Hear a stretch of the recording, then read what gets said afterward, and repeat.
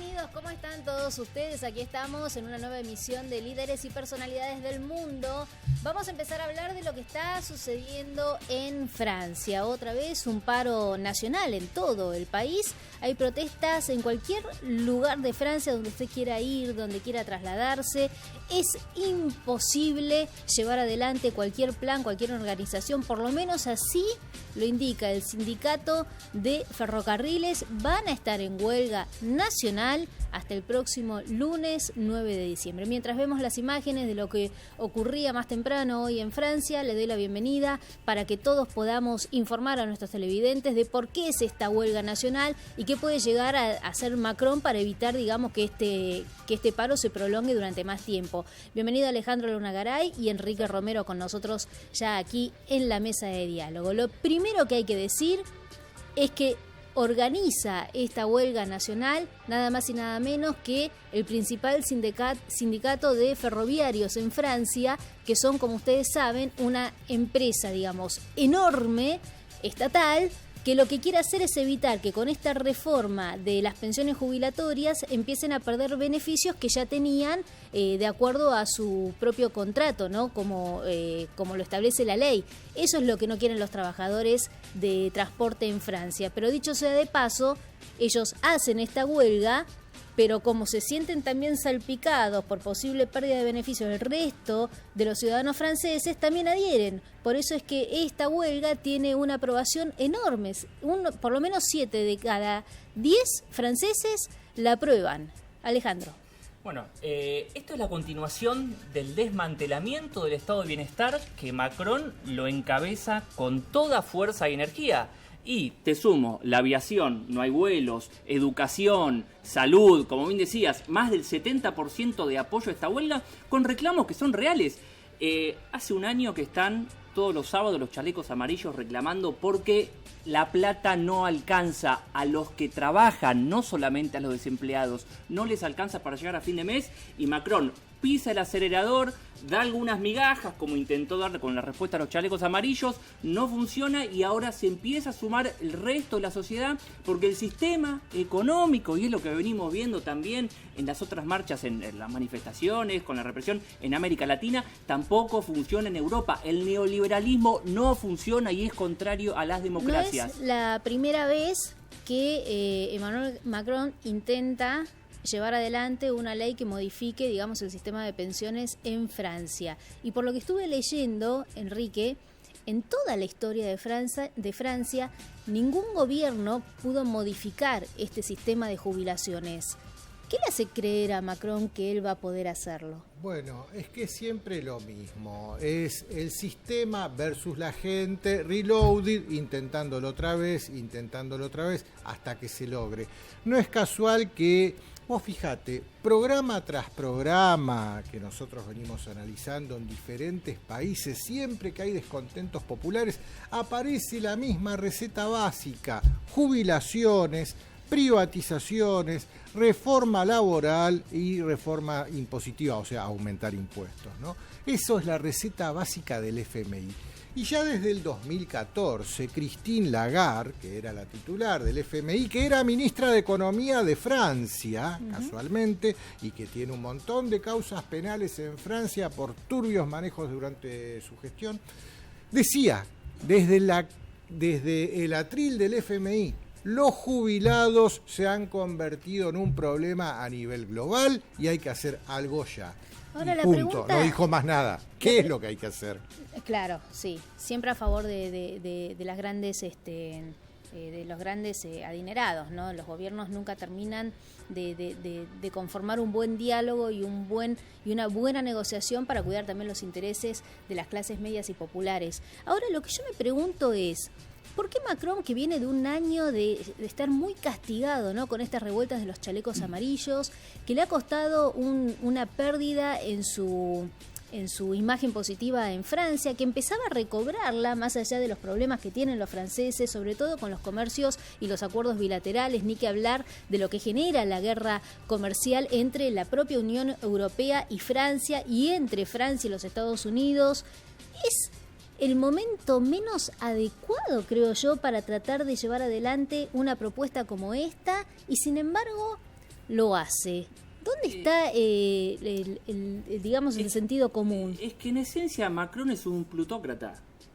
Es un ejecutivo de la banca, el ejecutivo de la banca Rothschild. Sus personajes más cercanos son los grandes CEOs de las multinacionales. Uno de sus mejores amigos es el CEO de Nestlé, que decía que hay que privatizar el agua del mundo, y bueno, el que no la puede pagar... Claro, pero entiendo lo que vos me decís, pero contextualizando, ¿no? Reiteramos, la semana pasada se cumplió un año del inicio de las protestas de los chalecos amarillos. Sí. Están los agricultores que siguen haciendo huelgas importantes en el interior de Francia. El fin de semana pasado tenía todo Champs-Élysées lleno de tractores, Exactamente, un tractorazo exactamente. de todo el campo francés que fue a París, y no solo a París, también en Alemania fueron a Berlín. También en Alemania. Entonces, lleno de tractores. Para terminar de contextualizar, ¿no?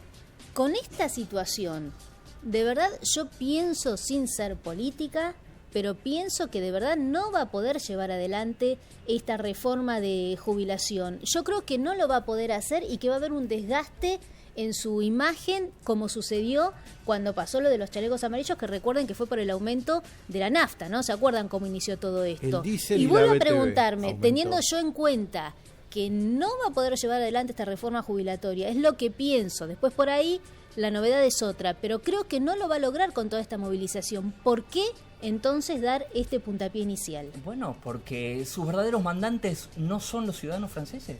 Pero es clarísimo, ese ese es el punto, es lo que dice Alejandro. Bueno, Pero vos pensás que a pesar de eso va a salir adelante esta ley. Recordemos bien claro quién es Emmanuel Macron. Emmanuel Macron era un desconocido que aterrizó como un paracaidista en la presidencia de Francia, puesto por sus antiguos empleadores. ¿Quiénes eran sus antiguos empleadores? La banca Rothschild, la banca más poderosa del mundo, la banca que maneja el sistema financiero a nivel global. Entonces, un Emmanuel Macron, todas las medidas que tome van a ser siempre a favor de sus verdaderos mandantes y no de su legítimo mandante, que es el pueblo. Claro, pero lo que yo te quiero preguntar, Quique, es, ¿vos pensás, teniendo en cuenta este pulso político y sobre todo lo que está sucediendo en las calles, no solamente en Francia, sino en todo el mundo, ¿vos pensás que de verdad, más allá de la presión que tiene Macron por parte de los que serían, digamos, los interesados en llevar adelante esta modificación de la jubilación, que se va a lograr aprobar la ley en el Congreso la gente francés? De ninguna manera lo va a permitir y cada vez vamos a ver esto, pero lo estamos viendo en todos los países. En Colombia la semana pasada el mismo tema, jubilaciones,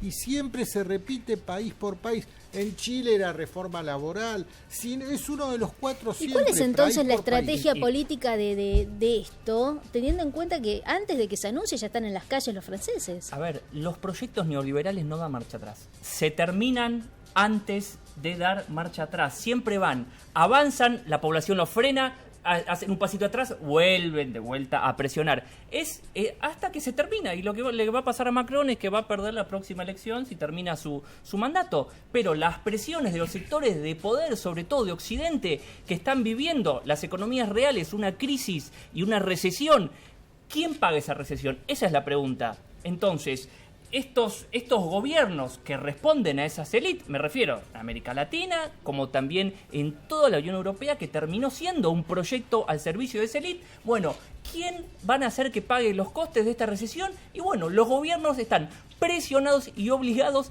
a hacer por las élites que lo pague la gente. Bueno, y la gente ahora se empiezo a resiste. entender. Entonces aquí el gran sacrificado va a ser Macron, porque va a decir, bueno, está bien, pongo la ley en el Congreso, si es que puede, porque tengo mis serias dudas, Sí. y creo que puede llegar a haber muchas personas que pierden su vida en esta revuelta para evitarlo, Sí. pero supongamos que lleva adelante esta iniciativa y llega al Congreso, bueno, a cambio, y perderá las elecciones. Macron es Esa es descartable. la presión desde arriba. Macron es descartable, Vero. Lo están Así usando como de lo crearon en fusible. 2 años ¿Qué de es la un nada, fusible? lo pueden descartar y poner otro. Un fusible es un elemento que se utiliza para regular la corriente eléctrica, que se pone para que cuando la tensión sobrepasa lo que se soporta, se quema y se evita que se rompa todo el sistema. Pero no todos los políticos deciden o aceptan ser fusibles. Bueno, Macron sí, y probablemente se queme Macron con este intento y será reemplazado por otro fusible que soporte mayor tensión,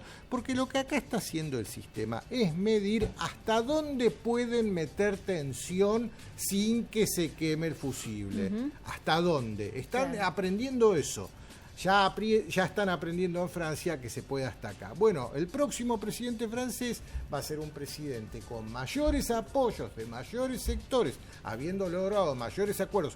Nunca incluimos al pueblo en esta mesa de negociación desde ya, que va a poder meter una mayor tensión hasta que finalmente se obtengan los resultados. ¿Y qué me cuentan de la participación, por primera vez, según tengo entendido, de los partidos de ultraderecha, encabezados en este caso por Marine Le Pen, que están capitalizando políticamente esta situación, y cómo los manifestantes comienzan a irse de un lado o de un sector político, supongamos de la izquierda, y se empiezan a pasar contradictoriamente a la ultraderecha?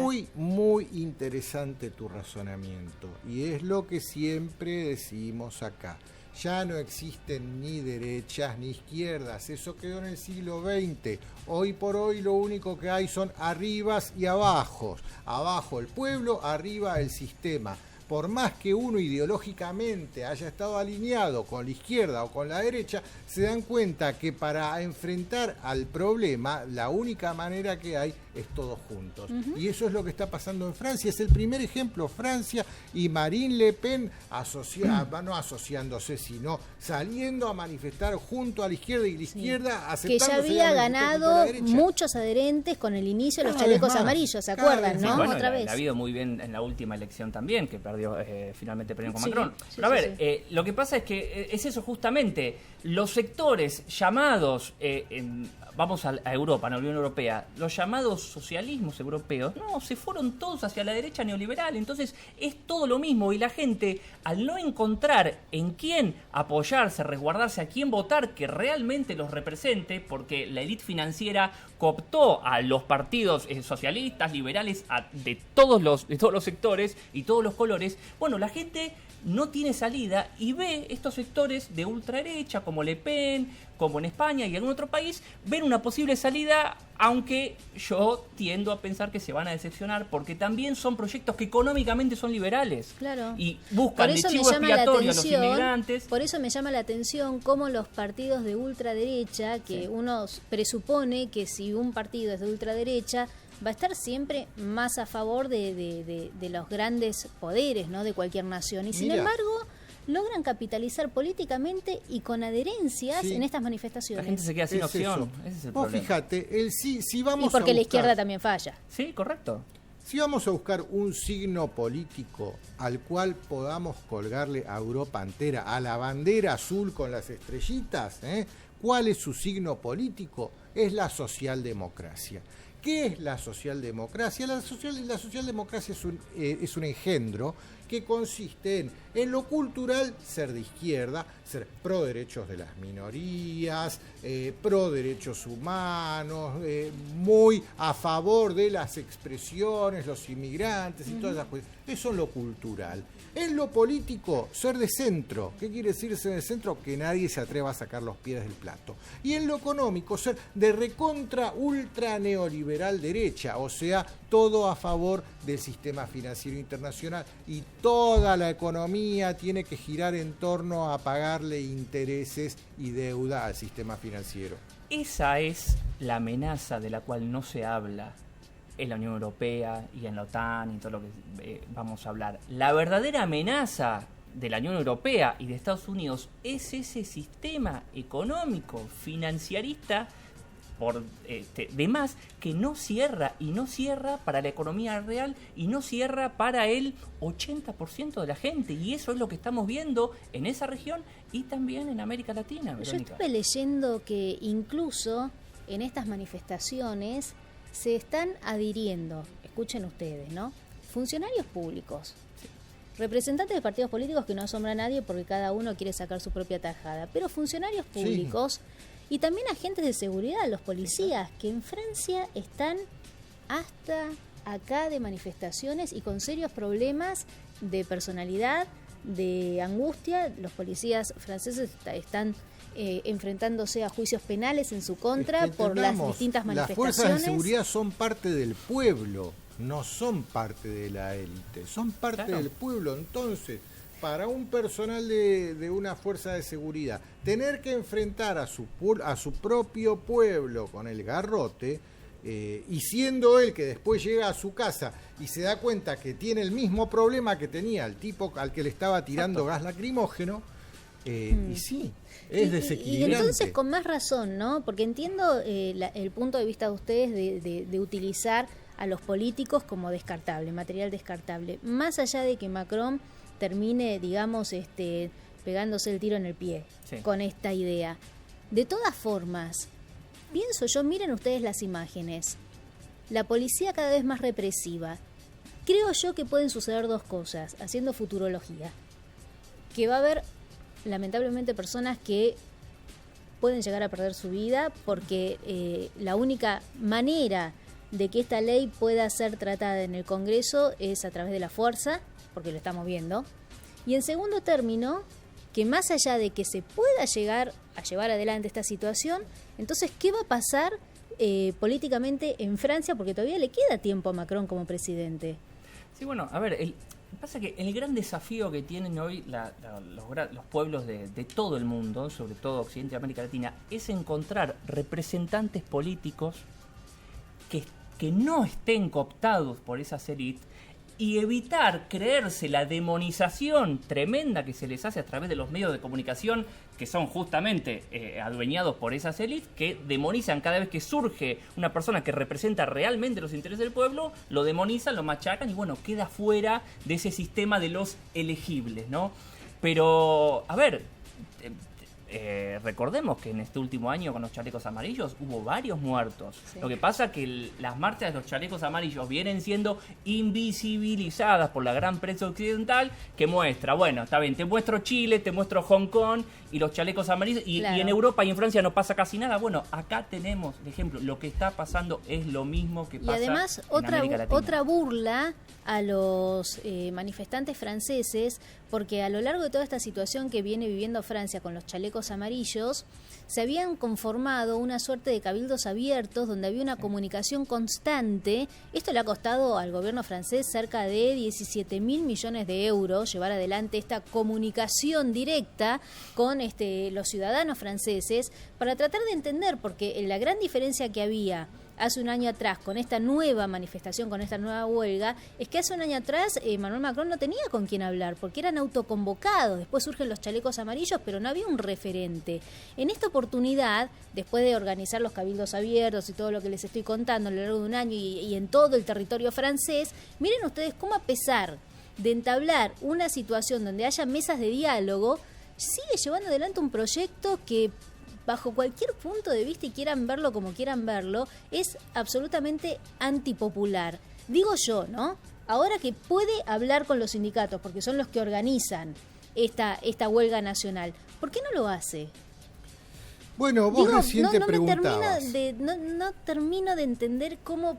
Está bien porque que no son democracias, Verónica, pero son plutocracias. Exacto. Vos, Verónica, el gobierno de los ricos para los ricos y los demás no existen, son alienígenas, como decía la esposa de Piñera. Pero no hay sentido común, ¿no? Vos recién te preguntabas cuánto puede llegar a aguantar Macron, hasta cuándo, hasta que caiga su gobierno, cuánto puede aguantar. Pues o hasta que caiga él, porque salgamos creo que esto de Francia, le puede significar salgamos salir de Francia antes y del poder. vayamos a Chile, pasemos por Líbano, pasemos Colombia, por Irak, pasemos por Colombia. ¿Cuánto pueden aguantar presidentes la presión de su pueblo hasta caer? En Líbano ya cayó Saad en Irak Hariri. también. En Irak ya cayó.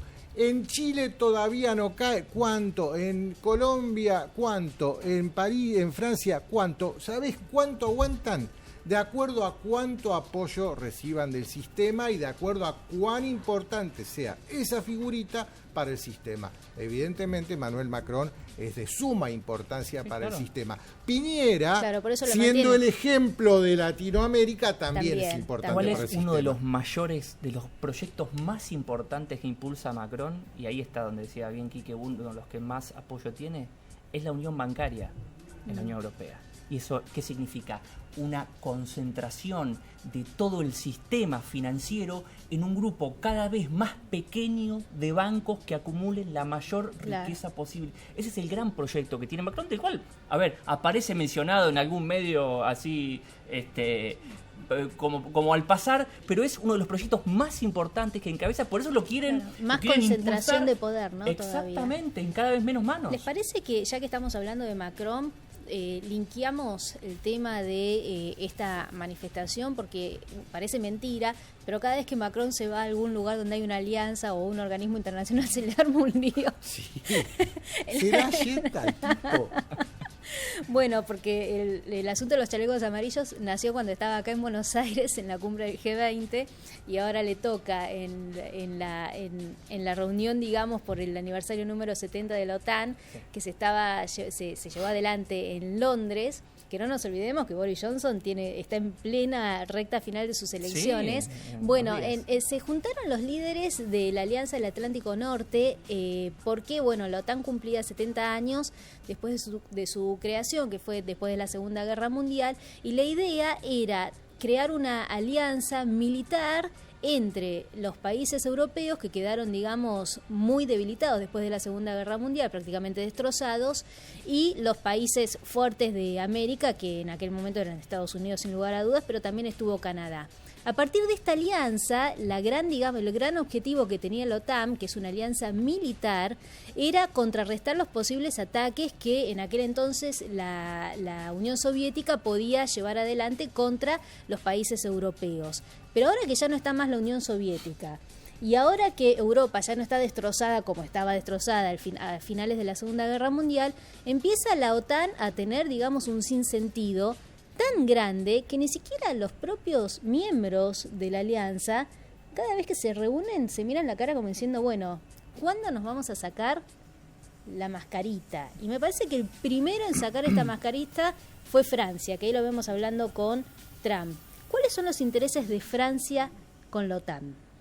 Bueno, en primer lugar, uno de los intereses y rasgos clave es el que te decía recién, es la búsqueda de que Macron se convierta en un nuevo líder europeo y europeísta, y esto también entrando en el marco de la OTAN. Por eso le quieren, a través de los grandes medios, que Macron le marque la cancha a junto Donald con Trump. Alemania, ahora que se va el Reino Unido, que queden, digamos, ahí como los más exactamente, fuertes. como empieza, ya cede su liderazgo Angela Merkel, bueno, que Macron sea el nuevo líder europeo en términos económicos, en términos de seguridad, también un poco, ¿no?, la memoria histórica del Imperio francés y los grandes dominios, por eso también la pelea con Turquía, porque si planteamos los objetivos oficiales de Francia, bueno, la paz y la seguridad, luchar contra el terrorismo, cuidar a los civiles en lugares en conflictos, pero en concreto, ¿por qué la pelea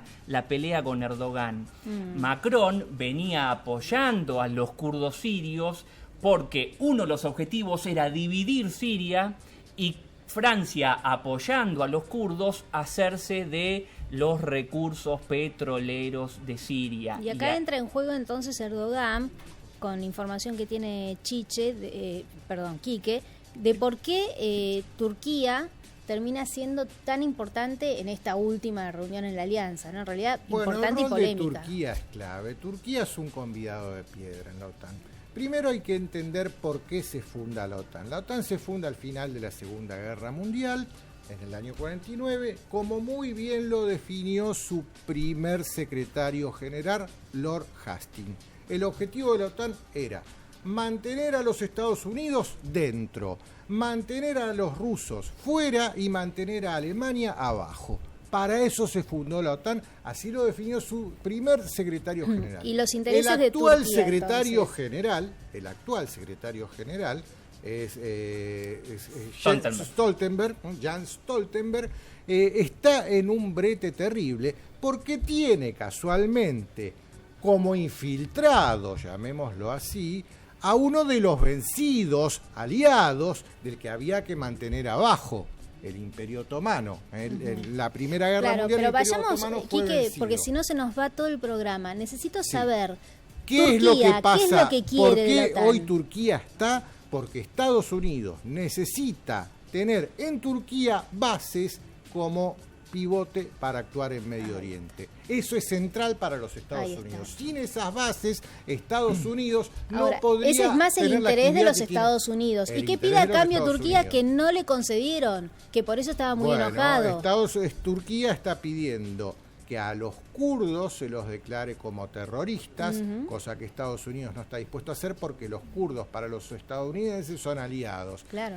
Entonces es todo, a ver, ¿qué es la OTAN? La OTAN es un ejército. Empecemos por ahí, es pero básico. Eso, pero esto es básico. La OTAN es un ejército. Pero lo que pasa es que si lo armamos de esta forma para que cada uno en su casa pueda entender los intereses que hay detrás de cada país. Macron recibe a los kurdos. Sí. En Francia, les había prometido que iba a mandar al ejército francés para ayudarlos a pelear contra el Estado Islámico y bueno, con la reacción de Turquía, toda la intención geopolítica de Macron se le cae a pedazos y la promesa a las petroleras francesas de hacerse con los recursos como si... Quique dio en la clave, aunque... Me costó, pero diste la clave. Pero mira, hay una clave más importante aún. Sí, pero vamos por partes, porque todavía no hablamos de Estados Unidos, importantísimo actor en todo este juego. Turquía es fundamental porque territorialmente está en un lugar privilegiado, es un interés fundamental, tanto para los europeos como para los norteamericanos. Es un país Rusia, en dos continentes. Y para China Rusia, y para todos los grandes exactamente, está justo en el medio, ¿no? Sí. Además de esto, hay que decir también que para los Estados Unidos y también para el presidente francés, hay otras cuestiones que empiezan a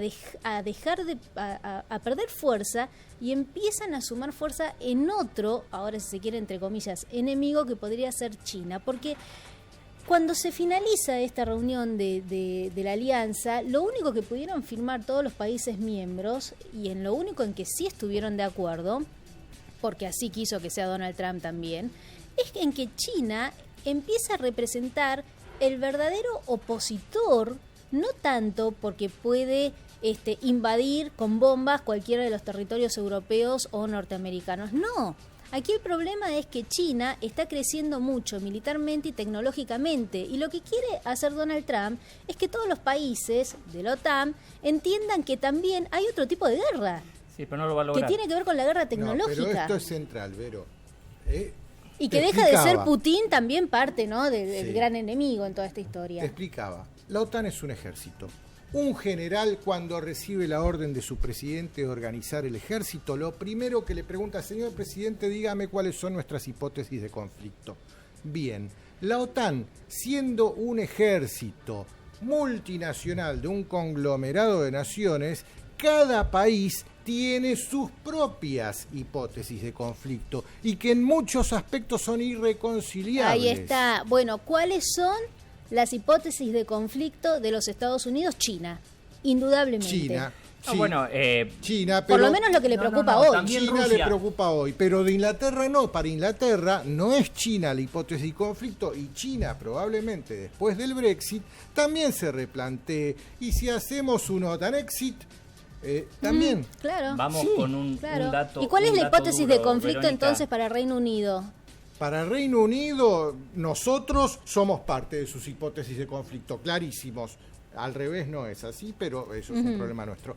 Por ejemplo, ¿cuáles son otras hipótesis de conflicto? El Brexit es la principal que está enfrentando hoy, y que es más que nada interna. ¿Y pero para Francia cuál es la hipótesis de conflicto? Bueno, oficialmente el terrorismo, los yihadistas, el terrorismo islámico. El terrorismo para Francia creo que es fundamental.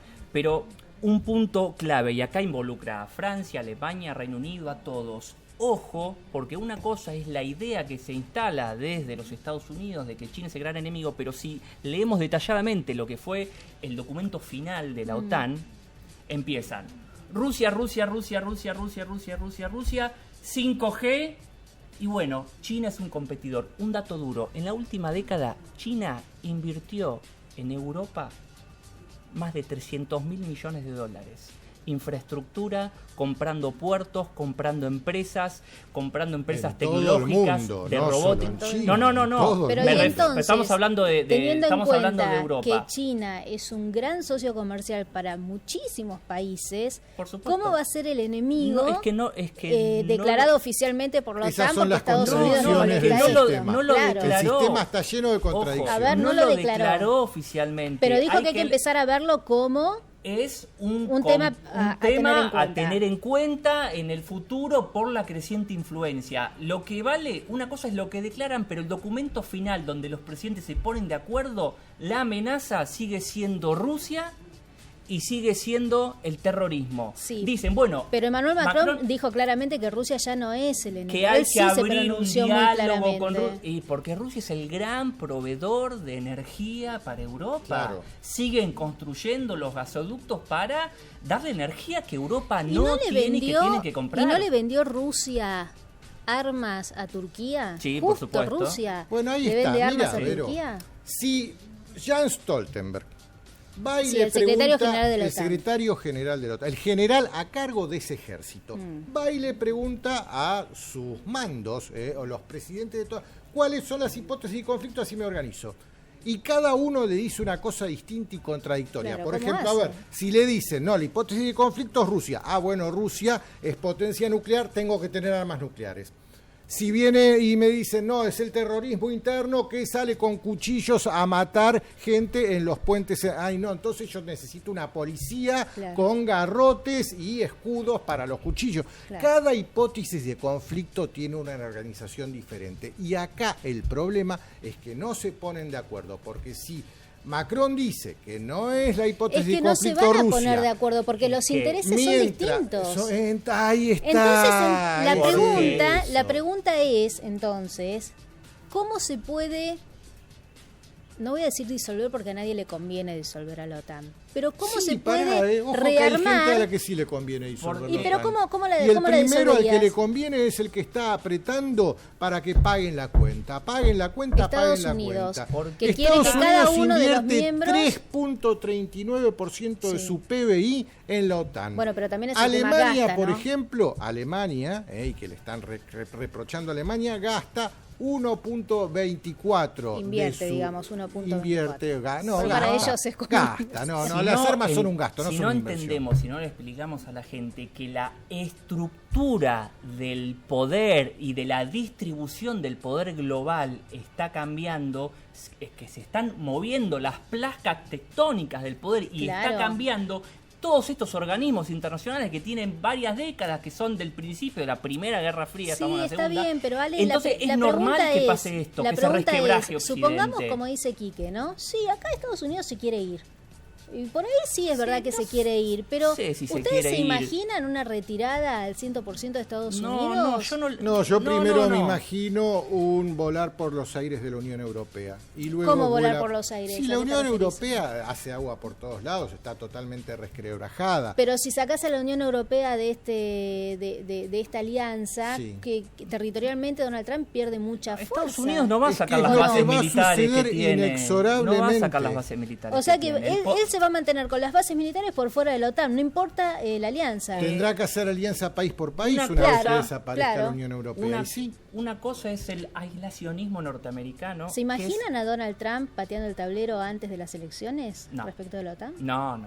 Yo no veo a un Estados Unidos antes de las abandonando la OTAN elecciones para no, nada. pero después de las elecciones sí. Y no falta tanto, estamos hablando, a ver, la geopolítica se planifica de 50 años hacia adelante. Acá estamos hablando de 1 año y medio hacia adelante. Es nada en términos geopolíticos. Ahí vemos la foto grupal oficial y una gran estrella de esta reunión fue nada más y nada menos que la reina Isabel II, ¿no? Que está sentadita justo ahí en el medio de todos ellos. ¿Cómo te gusta Y- la reina de Inglaterra?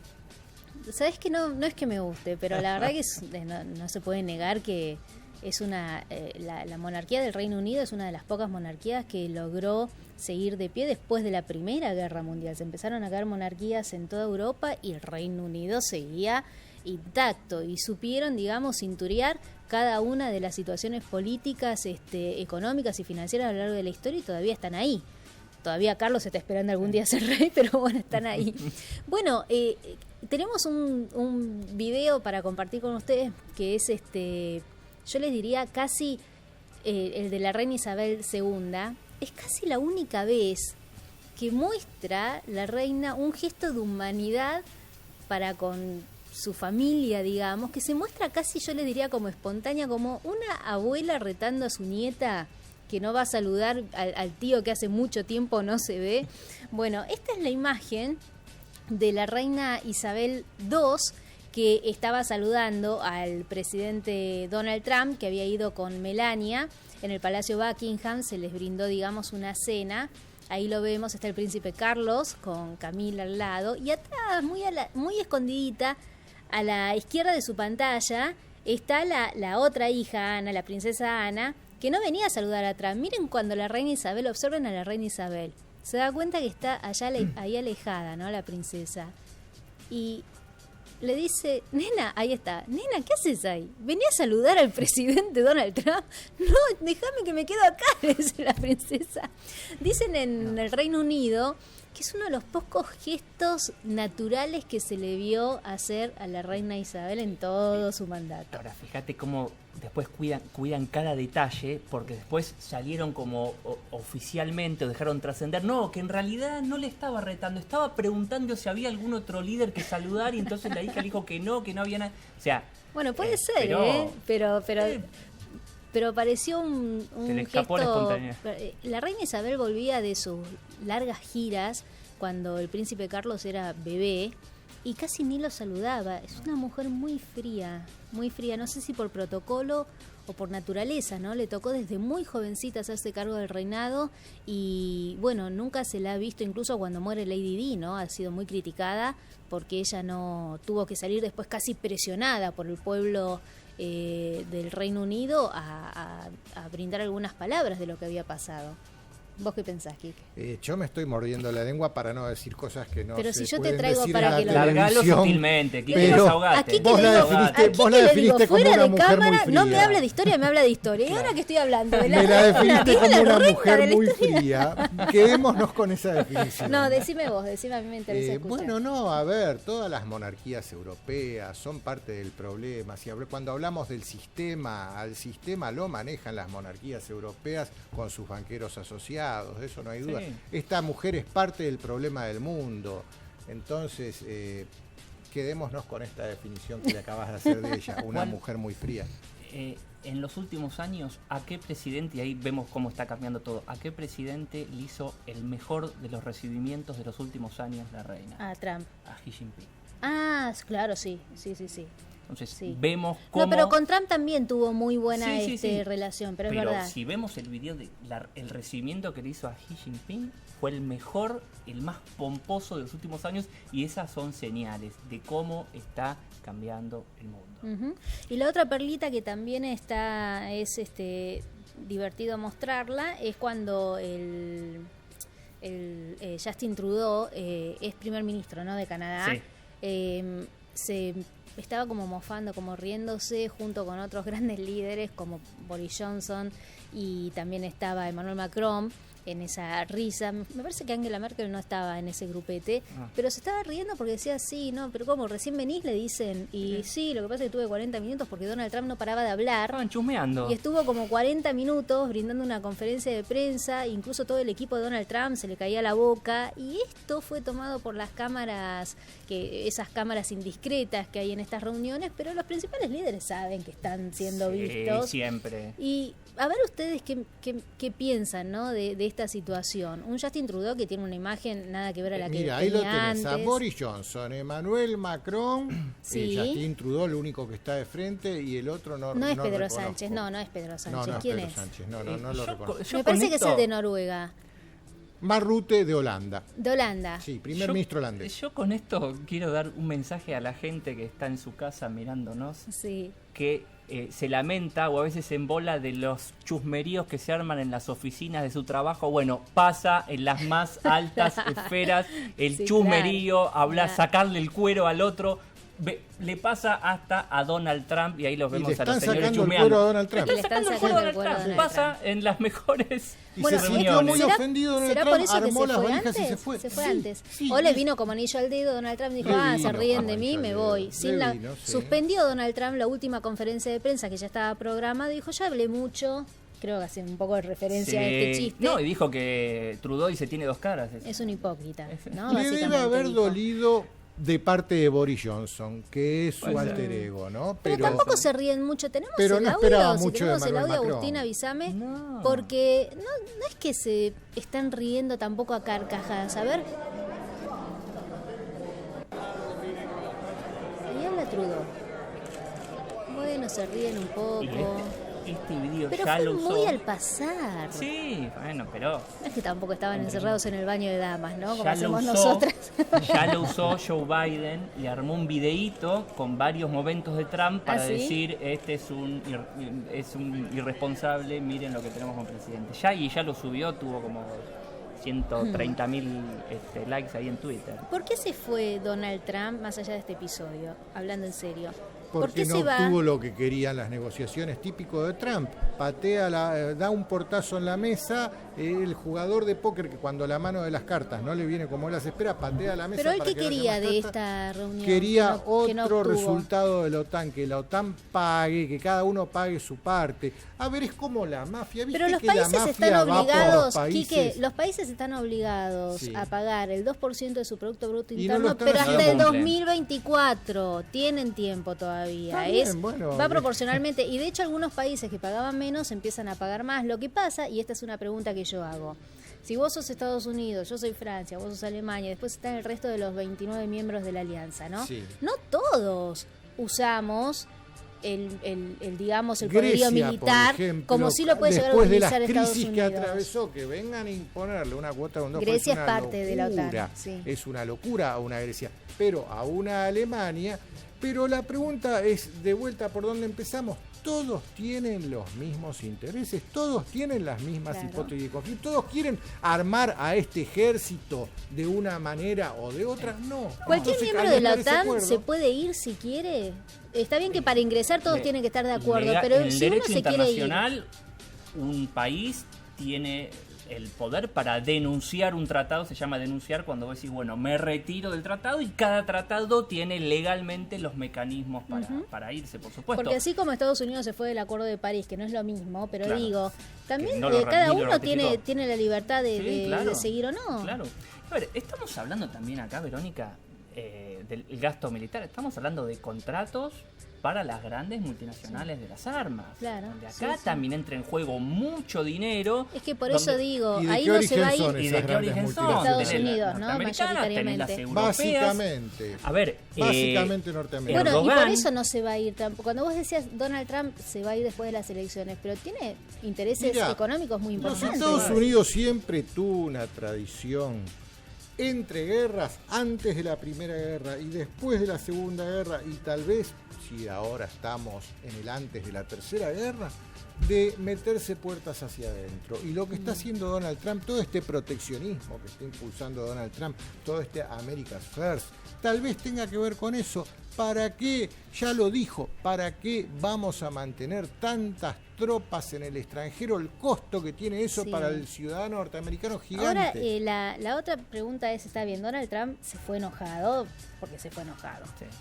Pero Sí, de pero verdad, mañana- ¿hay mañana alguno se le que no pasa. se haya ido enojado de esta reunión? La verdad No. que ninguno salió contento. Es que No sé, ahí se los veía a Johnson. Pero se a están Trudeau, riendo porque la verdad es que están a tan Marrón. aburridos. Bueno, Emmanuel Macron ni se Macron. imaginaba lo que se venía, o sí, después tuvo... Para un tema central. Emmanuel Macron definió la OTAN con muerte cerebral. Ahí está, Así sí. la definió. Sí, se Y enojó lo más mucho el importante, presidente turco por se enojó eso. muchísimo y le dijo que el que tenía muerte cerebral era Emmanuel Macron. Lo importante acá no es cómo definió Emmanuel Macron a la OTAN, sino dónde definió Emmanuel Macron a la OTAN con muerte cerebral. ¿Dónde? Y eso lo hizo en una entrevista que salió publicada en la revista The Economist.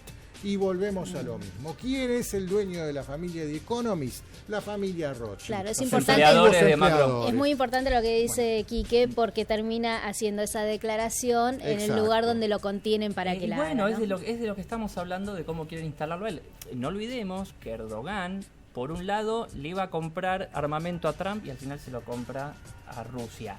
Y los aviones que posiblemente le iba a comprar a Dassault, a la empresa francesa, termina haciendo Erdogan un acuerdo con BAE System, que es una británica, para construir más de 250 aviones. Estamos hablando de aviación de guerra para todo el siglo. Bueno, entonces acá el presidente turco es el que arma todo este lío, porque le compra armas a Rusia. El presidente turco Que tiene la Está posición haciendo lo que estratégica, quiere. Una pero clave. es el único país Pero no en tiene dos que pedir continentes. permiso el resto de los está miembros haciendo del valer Ponele que su- sí, ejército. pero está cambiando la Está estructura del jugando poder. sus Y ponele que Está jugando sus cartas. Erdogan sobrevivió, y esto que por ahí la gente no sabe, sobrevivió a un golpe de Estado impulsado por A un Estados intento de Unidos, asesinato. la CIA, intento de asesinato, Sí, un golpe sí. de Claro Estado que en sí. 2016, Sí. empezó a pivotear muy bien y muy inteligentemente entre Estados Unidos y Rusia para llevarse lo mejor posible dentro de las posibilidades con los Sí, dos, sí. y también con Europa. No olvidemos que, Y hace muy poquito fue eso, que fue hace 2 años atrás. claro, en el intento de 2016 fue el golpe. Y le intento de compró golpe. aviones a Rusia y los sistemas, Los sistemas S-300 de S-400 de Rusia. S-400 de los Rusia. misiles rusos. Sí, claro. Aviones va a construir él asociado con una empresa británica. Está jugando a 3 puntas Erdogan, Sí. lo Sí. está haciendo bien y se consolida. Y Yo ya todos te digo, en esta necesitan llevarse bien mesa, con él.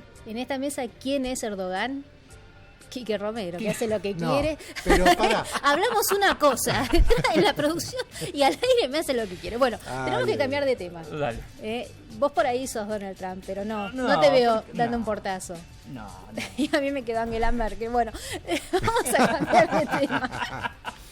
Ay, a ay, hablar de- ay, o la vamos reina a- de Inglaterra. ¿Qué papel te gusta más? ella es la princesa. Ella es la, La nueva, la princesa princesa Vero. europea. No. Dios mío. Bueno, vamos a cambiar de tema. En Venezuela, aunque parezca increíble, la situación es de verdad algo preocupante, digamos. Ustedes saben que hay 2 presidentes en Venezuela, uno oficial y el otro autoproclamado. El oficial es Nicolás Maduro, el autoproclamado es Juan Guaidó. Juan Guaidó representa a muchos venezolanos, esto hay que decirlo, pero en este último mes, digamos, se ha visto envuelto Guaidó en una muy seria acusación porque al parecer hubo legisladores de la Asamblea Nacional que ya fueron separados de su puesto y se inició una investigación que estuvieron, digamos, haciendo actos de corrupción. Esto se tiene que demostrar. Pero acá lo interesante, porque explicar todo el proceso por el cual están pasando los legisladores podría llegar a marearlos, pero acá lo importante es lo siguiente. La Asamblea Nacional tiene que volver a elegir a su presidente el mes que viene, Sí, en 5 de 2020, el 5 de enero de 2020. Juan Guaidó se había presentado para volver a ser el presidente de la Asamblea Nacional, pero como hay muchos diputados, incluso de su propio partido, que están salpicados por este escándalo de corrupción, que tiene que ver con defender a un empresario que se encarga de distribuir nada más y nada menos que las cajas de alimentos en Venezuela. Básicamente esa es la situación. Este es uno de los diputados que tuvo que dejar el cargo. La realidad es que dos cuestiones. Primero, Juan Guaidó, hay que ver, creo que está pasando por su peor momento político, y hay que ver si puede lograr sostener la presidencia para las próximas elecciones. Y en segundo lugar, ¿qué va a pasar con las elecciones en Venezuela, que ya los tiempos empiezan a achicarse? Me refiero a las elecciones oficiales, para elegir a un presidente. ¿Cómo ven la situación? Primero, ¿Y qué va a pasar con Guaidó con este debilitamiento también? Aclaremos una cosa, porque si no, parece que estamos un poco confundidos cuando si nos ponemos a hablar de Guaidó. Guaidó y el sector más cercano están viviendo en un universo paralelo. Ah, esa definición me encantó. Es sí. un universo paralelo donde Guaidó sale a denunciar, y se publicó en los medios acá en Argentina, salió a denunciar que lo quieren derrocar de una presidencia que no existe. Salió a difundir encuestas de apoyo de una presidencia que no existe. Sale a desbancar embajadores que no existen. Es una cosa realmente de loco, yo no tengo otra manera de describirlo, pero sí es cierto, las denuncias de corrupción, del dinero que le llega extraoficialmente, porque él no tiene acceso a ninguna institución más allá de la Asamblea, que está considerada en desacato, más allá de que a la gente le guste o no Maduro, es el gobierno legítimo y legalmente reconocido en las Naciones Unidas y por la gran mayoría de los países del mundo, si bien tenemos 50 países que reconocen a Guaidó, dicen que reconocen a Guaidó, sí, y reciben pero de la boca para afuera, porque después la fuerza pero es que real la sigue teniendo Nicolás Maduro. Claro que sí. También lo acusan a Guaidó, y ahora te doy el pase de Quique, también lo acusan a Guaidó de no dar un detalle de cómo se gasta ese dinero que le llega, y eso también tiene que ver, digamos, eso, bueno, va a tener que dar explicaciones. Lo más importante no es cómo se gasta el dinero que le llega, sino de dónde le llega el dinero que le llega. Sí, de los y Estados eso Unidos. Es lo que no sé, eso es lo que nadie te dice. No, pero ellos saben, o sea, sí, es sabido que le llega desde los Estados Unidos. Pero a ver, en los Estados Unidos, la comunidad venezolana que vive en Miami, claro, no, o el gobierno. El gobierno, pero bueno, eso está abiertamente conocido, reconocido. A ver, también lo denunciaron por robarse el dinero de aquel recital, el famoso recital organizado por ayuda solidaria, de la ayuda humanitaria. El otro problema que tiene Guaidó es que al parecer el dinero que le giran para ayudar a los militares que fueron, que le obedecieron a él, que desertaron, digamos, a Nicolás Maduro y que están viviendo en Colombia, no les llega ese dinero. Eso también va a tener que explicar Guaidó. A ver, si pasamos del universo paralelo Guaidó a la realidad, estamos viendo sí que es un fenómeno muy llamativo, que es la dolarización, de hecho, de facto, de la economía en Venezuela, donde a través de las ventas de oro y de petróleo, el gobierno está inyectando dólares ya que pasan a ser de circulación.